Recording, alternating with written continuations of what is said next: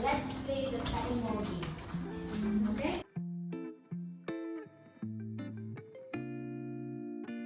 Can you all stand up? Let's begin the game. Let me ask an idiom for you.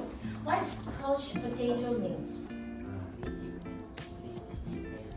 A lazy person? Okay. Can you tell a sentence? He is a couch potato. Yes, okay. Now you can choose someone else. Okay, Gilly. So it's an idiom for you too. What does a bed of roses define as? An easy situation. Is that correct? Yes, Jack? What do you think? Is that correct? Okay, can you tell a sentence for it?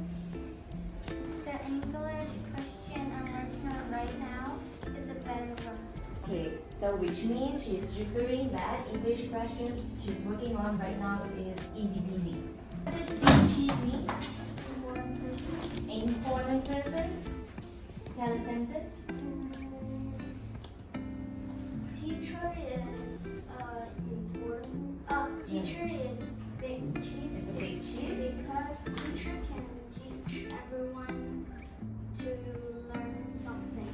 Okay, so you're telling that teacher is an important person because she teaches all the students, right?